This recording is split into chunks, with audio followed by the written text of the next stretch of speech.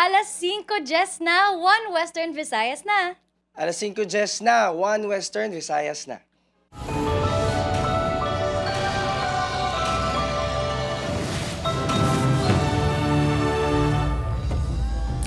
Mga balitang atong tutukan subong nga Martes, mga insidente sang pagpangawat nga nagluntad sa syudad kag probinsya sang Iloilo ginatutukan sang kapulisan ilabi na subong nga bulan sang Agosto.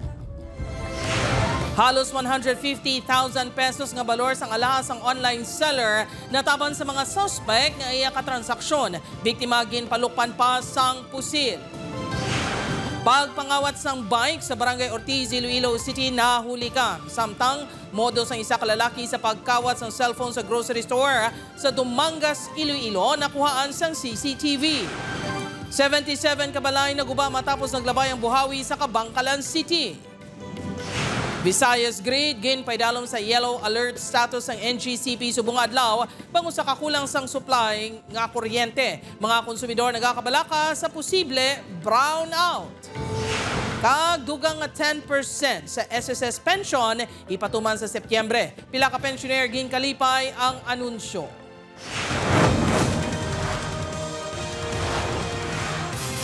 Ini ang GMA Regional TV, 1 Western Visayas. Mayong hapon Western Visayas kag Negros Occidental, malapit 150,000 pesos nga balor sang alahas kag mga gamit gintaban sa isa ka online seller sa mga transaksyon sini. Isa sa mga suspect ginpalukpan pa sang pusil ang biktima. Si John Sala nakatutok.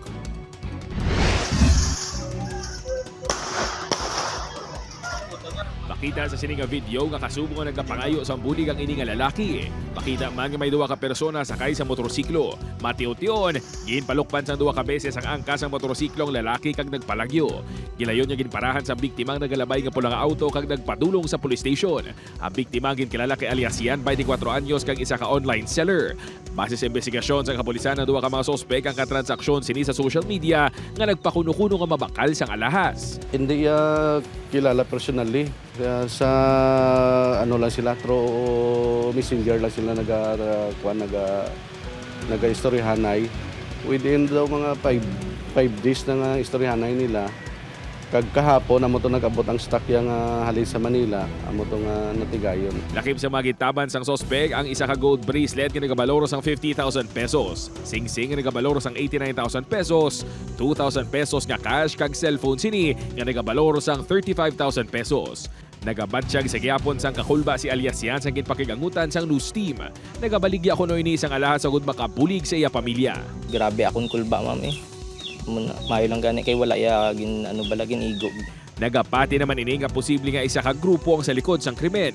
Antes pa man kuno natabong pagpang-hold up sa iya, may natulopang dan ini nga isa ka salakyan nga makatili nga lang hulag. May nakita dayon ako sa unhan is nagapadulong dayon niya isa ka lalaki nga daw pulubi siya pero naga-cellphone siya, ma'am. Paglagpas niya sa likod ko nagtawag siya dayon nga nakatagalog siya dayon, ma'am. Bali may trabaho na ako dito, ayos dito. Amo na to dayon, ma'am, naggisarurot dayon ng ang motor. Nagapati naman ang Iloilo City Police Station 8 nga hindi tuyo sang sospek nga tirohon ang biktima, kundi pahugon lang. Padayon pang pagtumod sang kapulisan sa mga sospek. Upod kay Hans Tishato, John Sala, 1 Western Visayas. Sa iban pang nga balita, pagpangawat sang bike sa Barangay Ortiz, Iloilo City nahulikam. Samtang, modo sa isa ka lalaki sa pagpangawat ng cellphone sa grocery store sa Dumangas, Iloilo nahulikam man. Si Zen Kilantang Sasa nakatutok. Makitan sa sining nga video ang lalaki nga may tabon ang nawong kag ulo. Nagsulod din sa isa ka eskinita sa Barangay Ortiz City proper, alas 3:36 kahapon sang kaagahon. Diretso ang paglakat sini, tubtub na kalabot sa madulong nga porsyon. Makaligad ang pila ka segundos, nagbalik na ini nga nagasakay na sa bisikleta, pagwa sa eskinita. Ang bisikleta ang napahayag gintaba na gali sang lalaki. Suno sa tag-iya ginbilin sa magulang sini ang bike sa lugar bangod may ginbakal para sa ila selebrasyon. Nagabalor kuno ang bike sang 30,000 pesos. Ang bike ko sa magulang ko, wala nang bike sa bao. Bako ba si namin ng magulang? Ginpangita ko na niya. Bulig ito tali sa magulang ko kay ginaservice ya bla sa lood-lood nga tanan. Sa karon padayon na ang backtracking sang kapulisan sa dugang nga CCTV footages sa pagtumod sang suspect. Gina-verify man ang impormasyon nga nabaligya ng bisikleta. Kung may ara sang persona magabaligya sa inyo, palihog, palapit, kag mag-report. Kung magka-baklo naton ini may posibilidad mabawi ini sa aton kag liable magito sa anti-fencing law. Sa Tabukan, Dumangas, Iloilo naman, makita ng lalaki nga ini nga nakakalo kag nakasuksok sang itong nga t-shirt. Nagpakuno-kuno ini nga customer kag nagbakal sang sigarilyo. Samtang nagahulat sang oportunidad, nagdugang pagid ini bakal pagtalikod sa babae nga nagabantay sa grocery store, dali-dali sini nga ginlabot ang cellphone nga natungtong sa estante. Pagbakal sang kalamansi, nagbayad man siya. Tapos may dito ko nga may mga transaction dito sa piyak, may nagabayad. Ako, kay salig man ko, kay dugay na nga, way kami nakawatan, di? Gilayon nga nagpalagyo ang suspect nga dawala lang sa natabo. Wala man sa nakakilala sini sa lugar, plano sang biktima nga i-report sa pulis ang insidente. Sa subong ation sang Lean Month o kontig kiriwi, gina-ekspektal sang kapulisan ang pagsaka sang insidente sang kinawatay. Gani panugyan sang otoridad, dapat siguraduho na mga gamit o kon cash nga hindi makahatag oportunidad sa mga kawatan. Lock nga hindi madali-dali mabungkal ang mga pag-install sa mga CCTV, ang properly lighted ang mga atubang palibot sa aton establishment or aton panimalay. Kag kung may mga alarm system kitang i-install dira nami man. Sa nato ng security, sa atong sininga negosyo kag panimalay, in the sense na ma-eliminate naton ang opportunity sa mga would-be criminal nga biktimahon kita. Upod kay Cirilo Renduque, Zen Kilantang Sasa, One Western Visayas. Para sa dugang nga mga balita sa Negros kag Panay, mangin kaupod ta si Adrian Prietos. Adrian? Maramo nga salamat, Jerth, mga kapuso. 77 kabalay, nagkaraguba matapos naglabay ang isang buhawi sa Kabangkalan City, Negros Occidental. Nakatutok kay Irene Pedreso.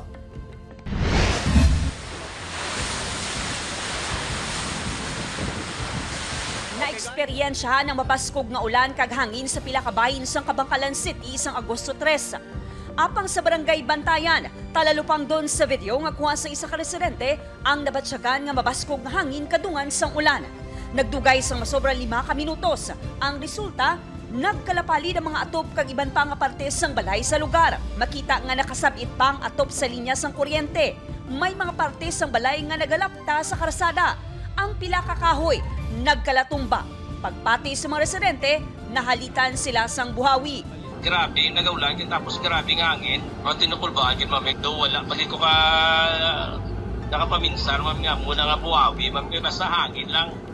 Pero after pagbuha na namon, grabe, gili ang mga nagkarautot, yung mga kahoy sa palibot. Sunod sa LGU, 67 ka mga pamalay ang nahalitan sang buhawi.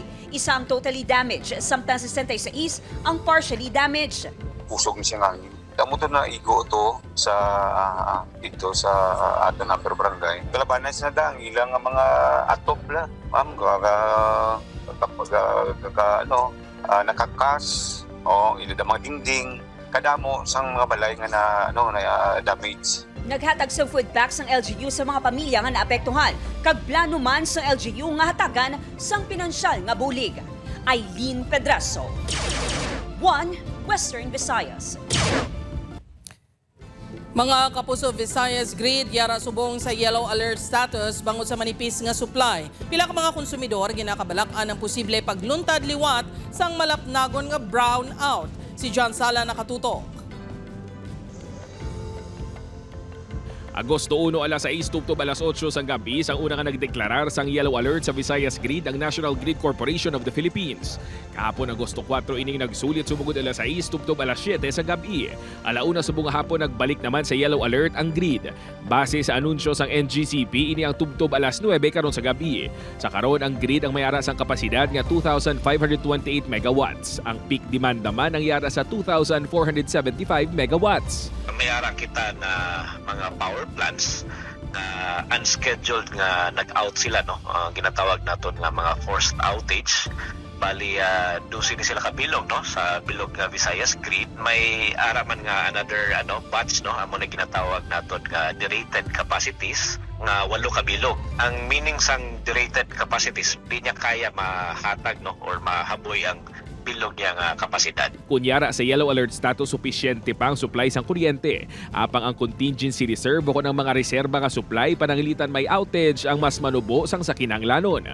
Sang nabatian nini sang pila ka mga konsumidor ilabi na nanday manang Liobi kag Jane nga mayara sang panaderiya, sila ang nagakabalaka. Ang posible kuno kakulang sang supply ang base magresulta naman sa malawig nga power interruption. Sa negosyo namon budlayan gid kami kay ti kun dugay na ang brownout apektado gid mo nya nga negosyo. Tanan maapektuhan gid ang kabilugan nga papanay Iloilo tanan. Ang mga business manubo madamage sila. Apang pasalig sang NGCP, wala sang dapat kabalakan ng mga konsumidor. Kung yellow alert man lang, wala man kita sa gina-expect no, na power interruption. Rather, it's just a heads up lang na ang aton nga reserves is lower lang. Nagpanawagan naman si Alcantara sa mga konsumidor nga kung mahimo, magkinot sa paggamit sang kuryente agud maghagan-hagan naman ang epekto sini sa supply. Upod kay Hans Desierto, John Sala. 1 Western Visayas.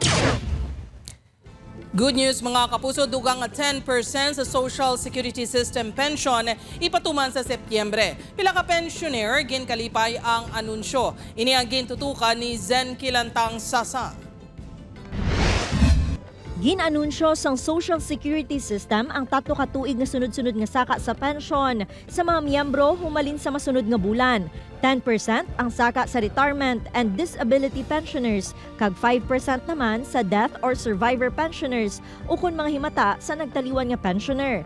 Ang masunod nga hugnat sang increase ang ipatuman sa September 2026 kag dugang nga saka pagid sa September 2027. Kung ang monthly pension sang isa ka member yara sa 2,000 pesos, buot silingon may saka ini sang 200 pesos kag mangin 2,200 pesos. Kung kayo po ay mayroong naguhulog sa SSS sa matataas na salary bracket at marami po kayong hulog sa SSS, ibig sabihin ang inyong buwanang pensyon ay mataas-taas din. Dako naman ang pasalamat sang senior citizen nga si Tatay Ricardo. Ang pension sini ang iya ginagamit sa pagbakas sang pagkaon. 2,900 pesos kada bulan ang iya ginabaton. Makadugudugan na sa pangbiyan tayo, makinanglanon ta. 2,200 pesos ang minimum nga pension kada bulan, kag 22,137 pesos naman ang pinakamataas nga retirement pension. Kung sumahon sa pangkabilugan, yara sa 5,120 pesos ang average nga pension sa mga miyembro. Nagalabot sa 3.8 million pensioners sa bugos nga pungsod ang makabenepisyo sa pension increase. Upod kay Cirilo Renduque, Zen Kilantang Sasa, 1 Western Visayas. Ini ang GMA Regional TV, 1 Western Visayas.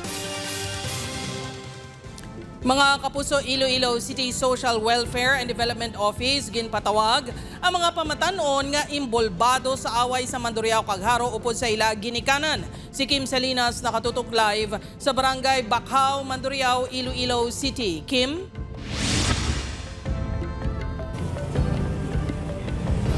Jert, padayon nga ginatutukan sa otoridad ang pagkaimbolbar sa mga pamatanon sa gamo nga nagluntad sa Haro kag Mandurriao. Ginpaidalom sa conference ang Iloilo City Social Welfare and Development Office. Subong hapon, ang 22 ka mga imbolbado sa ginapahayag gang war nga natabo sa Barangay San Rafael, Mandurriao sang Domingo. Upod man diri ang mga naimbolbar sa stabbing incident sa Haro Plaza sa Biyernes.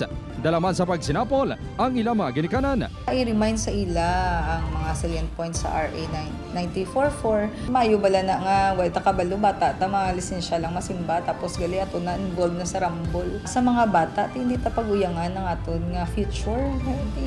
Bata pa kita, hatag tang efforts ta, energy naton sa mayo nga mga buluhaton.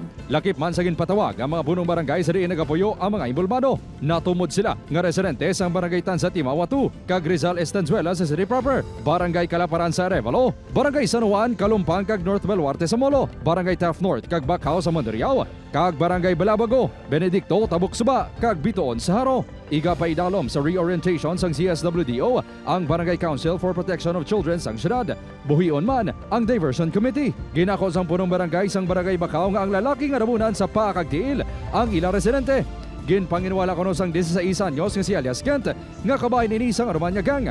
Sang ginpatawag man ang ginabanta si Senta kapamatanon kahapon, isa ka grade 6 ka grade 7 student ang nag-ako nga kabahin sang grupo-grupo.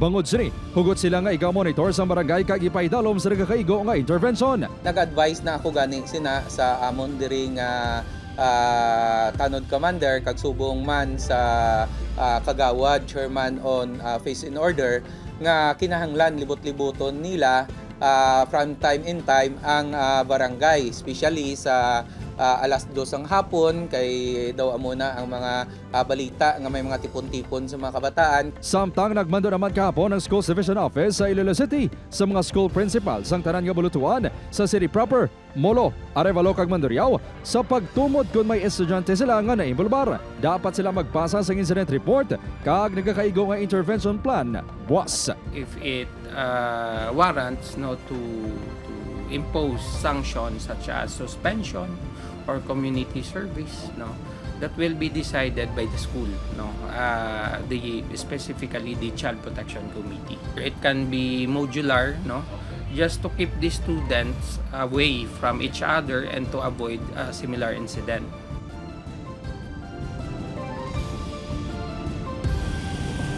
Jert, dugang sang SDO Iloilo City, mas pasangkaron pa nila ang pagsekyar sa mga kagamitan sa mga estudyante sa pagsulod sa mga bulutuan.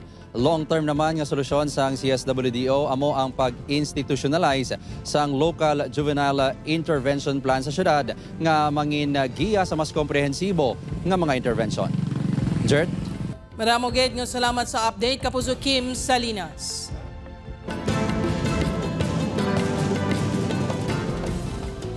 Mabusog driver naman sa isa ka pampasero nga jeep sa Bacolod City, Pilason, matapos ginlambatan kag ginpulihan sa grupo sang kalalakihan. Yaring balita nga aton gintutugan. 20 na katuig nga nagapamasahero sang jeep ang 46 anyos nga si Sebastian Tuazon. Apang sang tinalikdan niya Bernes, Agosto 1, nasa putihan ini isang tang nagabiyahe sa dalan. Pagsaysay sa driver, gikan sa ila paradahan sa Libertad Market. Ginsukot ni isang pasahero nga lalaki. Sang kambyo, sang ginbayad sini nga 100 pesos sa dispatcher sa paradahan. Siyang bala niya pa ko bala nga, tisala mo na, kay way mo ko gikambyoan, likuti way mo ko nanukot sa imo. Dispatcher mo na nagsukot sa imo. Niya problema mo na yan, likuti nagsinggitan, madasa ko sinong kalambyoan, ti way ka man nagsabat. Ti malay ko man niya, kay way man kuya ka maumahom siya kung nanong pastada, kay way mamigintra mo. Pagkabuot sa may atom, sa may atala, basa ko niya, imo na lang na dayon, kay daguro ko lang nasin mo. Sa nakapanaog nga pasahero sa Procabugwason, Barangay Mansilingan, may 3 ka lalaki nga naglambat sa dalan kag ginpulihan sa kastigo ang driver. Upo dya to. Sa salakyan? Hindi upo dya to, ginchatan niya. Ginagresponde to siya ang 3. Digo, agin sumbag sa isa dayon. Pag sumbag sa isa na sa gangko, tamo isa nagunos ang kutsilyo. Gilayon, nagpalagyong grupo matapos ang pagpangastigo. Sunod sa Integrated Jeepney Drivers Operations Association sa Handumanan, madugay na nga modus ang pagpanukot sa kambyo. Nga manaog, mga kambyos 20. Ang kakatabo mo lang ng dreya sa pradahan, nga kalabanan, may kung kisa doon hindi kami makasiling nga nalipat ang pasahero nga. Sister ka dyan, way na sang kalambyuhan. Pilas sa nawong kagbibig ang naagom sa driver. Gilayon nga nagpalagyong 3 ka suspect. May mga reports ang una nga pasimplihan blood naton do palipat-lipat lang style. Kung bisa ti ginadala man nila sa lalis-lalis lang ako nabi may sinsilyo pa nga kwaon. Desidido ang biktima nga magpasaka kaso nga physical injuries kag threat kung matumod na ang mga suspect. Opod, Kiril Kisilio, Adrian Priatos, 1 Western Visayas.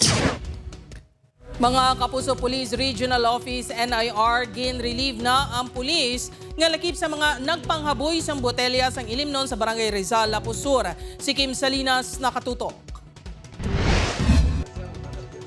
Nagpatigayo na sang formal nga investigasyon ang Police Regional Office Negros Island Region tuhoy sa pagpangaboy sa motelya ni Lieutenant Ed Allen Rodrigo upod sa duwa ka lalaki sa Barangay Rizal, Lapu Sur.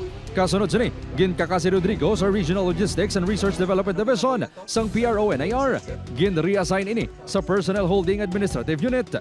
Ginmandoan man ini sa pag-surrender sang iya-issued firearm para masiguro ang nagkakaigo nga precautionary measures samtang nagapadayon ang investigasyon. Wala na ito, hindi na tolerate ang among nga action sa aton mga personnel. And ang isa lang ginapangayo na ito, no? The act of one is not the act of all. Mahimo pasakaan sa reklamo nga neglect of duty si Rodrigo. Nagadepende pa ang penalidad sini sa makita niya kabugaton sang matumod niya kabaltahan. With neglect naman, may ranges na siya, sir, from simple, less grave to grave. So depende na siya, sir, sa range naman sang offense niya. It could be admonished or warned. There could also be forfeiture of salary, suspension, or even dismissal of grave offense against siya. Samtang ginatunan pa sa National Police Commission Office 6 ang pagpatigayon man sa investigasyon sa insidente. Equal man lang ang amon nga jurisdiction over the police officer. So kung nakauna sila, so we will see kung na-actionan kung may anak ng dito yung complaint na kalabot sa ila. So we will await kung ano ang development. Blanco man ang punong barangay sang Punong Lapus sa motibo sang ginhimo sang grupo ni Lieutenant Rodrigo. Suno kay punong barangay Asturias, wala man sila sang hilugutanon ni Elias Paok sang manghodsri kag sang pulis. Ang isaga ni kagabi ang manghod. Nga nagapangayo pasensya. Siguro naghanag ang mukat to siya manong nalalalang ko sa emosyon ko. Kaya grabe nga pag inulsaro ko. Upod Caramel Porquia, Kim Sarinas, One Western Visayas. Mga kapuso, pulis sa Pavia, Iloilo nga nagtiro sa lalaki nga tuyong mamuno ginaimbestigaran na. Pamilya sang biktima wala na sang plano nga magpasaka sang reklamo. Si Zen Kilantang Sasa nakatutok. Nagapabilin sa kustodiya sa Pavia Police ang SWAT member nga nakatiro patay sa 33 anyos nga tricycle driver nga si J.R. Valenzuela sa Barangay Balabag, Pavia, Biyernes ang hapon. Gintugyan na sa Regional Crime Laboratory ang Service Firearms sang Police kag ginpaidalom ini sa paraffin test. Nagumpisa naman ang investigasyon sa Internal Affairs Office sa natabo nga insidente. Nagresponder ang pulis sa lugar matapos ginaaligar nagpanakit kag nagpamahog nga mangbuno ang biktima. Natiruhan ini matapos nga ginsarusong kapulisan nga may ginauyatan nga kutsilyo.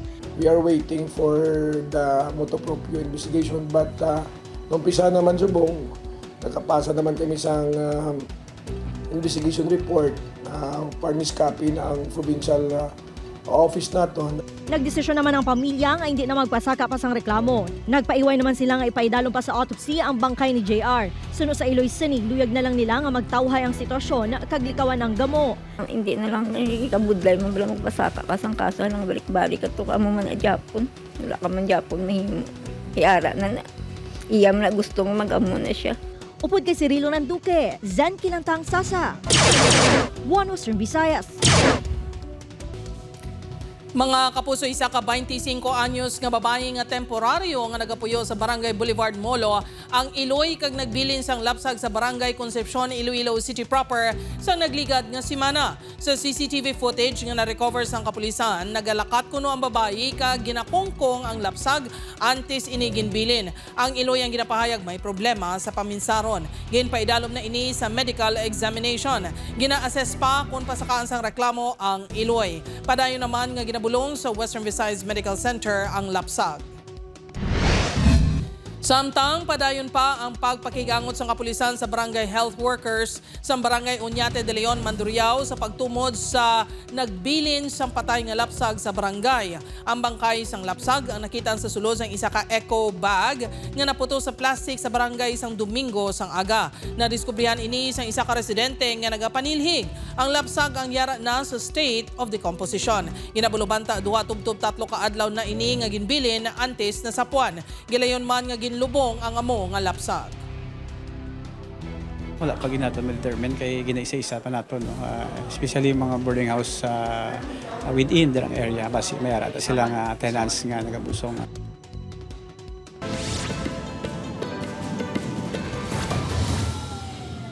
Nagluntad ang sunog sa isa ka establishmento sa Barangay Liboon, Gonzales, Gimbal, Iloilo kahapon sa ngaga.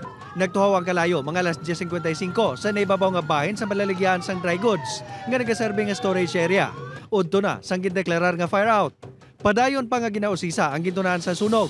Naglabot naman sa malapit 500,000 pesos ang halit nga gintugas ang kalayo. Patayang ang sa motorsiklo nga ginkilala kay Lazaro Losada. Pilaso naman ang driver nga si Allen Hingko. Ini matapos ginbuguan ng mga ini sang isa ka bus sa barangay Kabugaw, Kalinog, Iloilo sa Badosang Udto. Suno sa kapulisan, maliko kontani ang motorsiklo pasulod sa bangka. Sa mabungguan sila sa nasugatan nga bus. Ginyod pas ang bus ang ginabulubanta 15 metro sa motorsiklo. Patal nga pila sa ulo ang gintunaan sa kamatayon ni Losada nga gindala pa sa ospital. Desidido ang pamilya sa mga biktima nga magpasaka sa reklamo batok sa driver sang bus nga ginkilala kay Abelardo Galagate. Pilaso ng construction worker nga si alias Cornelio matapos gintuyo bunon sa barangay Tanod nga si alias Roger. Natabo ang insidente sa barangay Cafe, Santa Barbara, Iloilo. Sa investigasyon sa kapulisan, halin sa namatya ng biktima. Ginbugno sina ang sospek sa iyangan na sumalang. Apang nagluntad ang komosyon kaginbuno ni Roger si Cornelio. Apang wala ini maigo. Napilasan lang ini sang ginaagaw ang konsilyo kay Roger. Lunsayara sa impluensya sa makahulubong nga ilimno ng duha sang natabo ang insidente. Ginserbihan sang show cause order sang LTO-6 ang 3 sa 4 ka mga lalaki nga naghimo sang delikado nga stand samtang nagasakay sa tricycle sa Diversion Road, Mandurriao. Ginhatagan ng mga ini sang 5 ka adlaw agud magpasa sang ila sabat. Ginisyuhan man ang tagiya sang tricycle nga amo ang amay sang driver. Mahimo ma-revoke o kon ma-suspend ang rehistro sang tricycle kag lisensya sang driver depende sa resulta sang investigasyon. Ginpatawag man ang 4 ka mga lalaki sa opisina sang alkalde. Ini ang GMA Regional TV, One Western Visayas.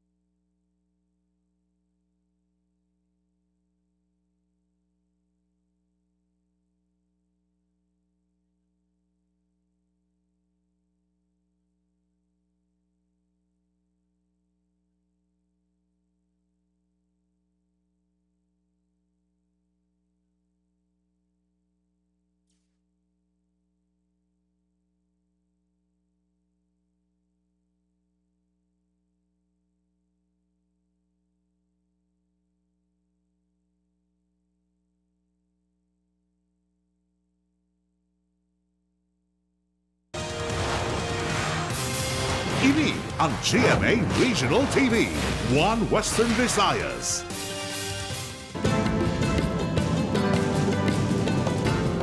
Kapuso halong 5 katuig nga batang lalaki na patay bangod sang dengue sa Bacolod City. Kaso sang dengue sa syudad naglabot na sa 631. Yaring balita nga itong gintutugan.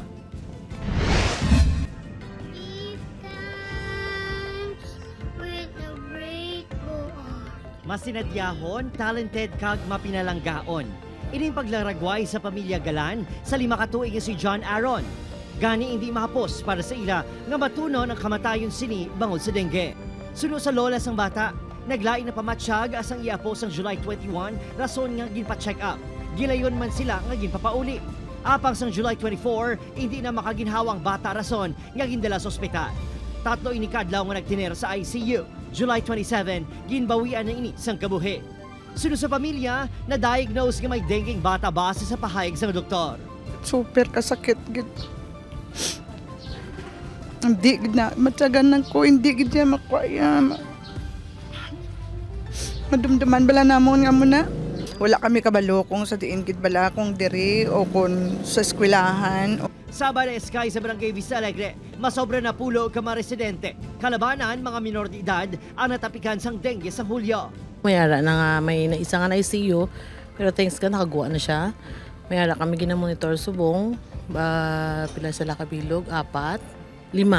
Tapos may 2 pa sa subong ang isa, doon mag-utod. Sunod sa Bacolod City Health Office, si Aaron ang ika-4 nga pasyente nga napatay bangod sa dengue sa syudad humalin Enero, tubtob Hulyo, subong at 2025.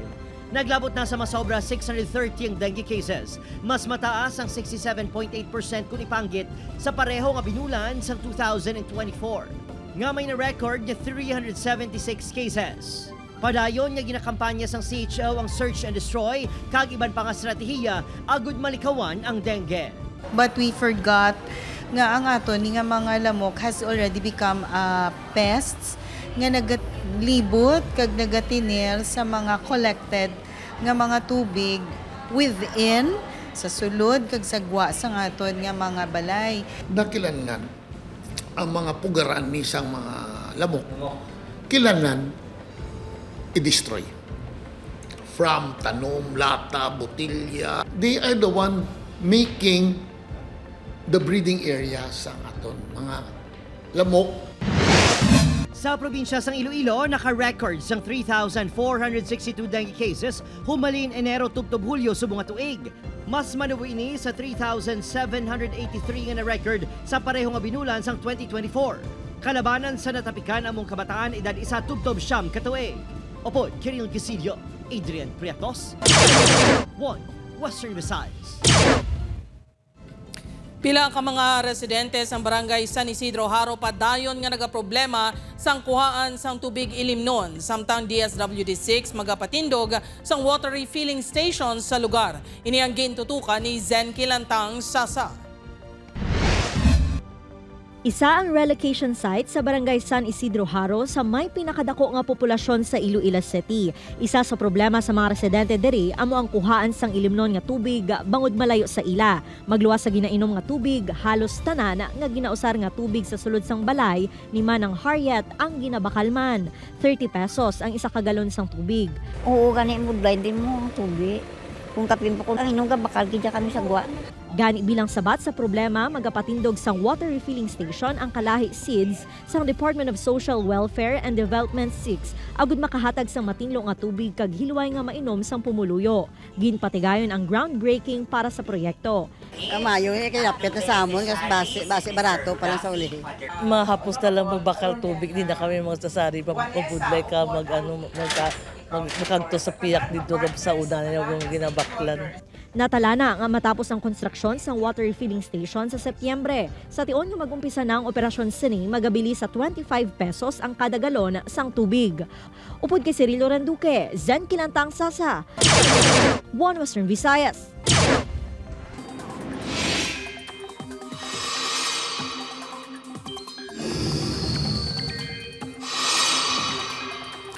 Mga kapuso, nakasulod na sa Philippine Area of Responsibility ang bagong low pressure area nga nakita kahapon sa Pacific Ocean.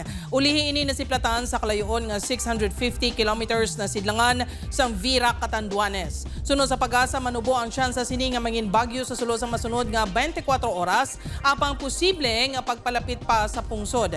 Nagapabilin nga mahina ang epekto sa habagat gani halos bugos nga Pilipinas sa gihapon ang maka-eksperyensya sa mainit kag mapa ang tiyempo. Apang may tsansa gihapon sang localized thunderstorms, ilabi na sa hapon o kun gabi. Base sa datos ng Metro Weather, may tsansa sang laptang ulan sa pila ka bahin sang Aklan, Antique, Capiz, Iloilo, Guimaras, kag Negros Island Region.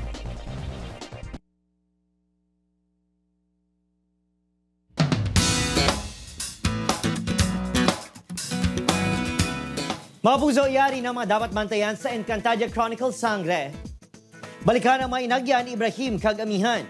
Sa kalibutan naman sa mga tao, makita na bala si Tera sang mga nagapangita sa iya. Ano pa bala ang mga kabudlayan ang maagyan ni Tera sa kamot sang mga tao. Bantayan sa Encantadia Chronicles Sangre, Mondays to Fridays sa atong Jimmy Prime 8 p.m. pagkatapos sa 24 oras.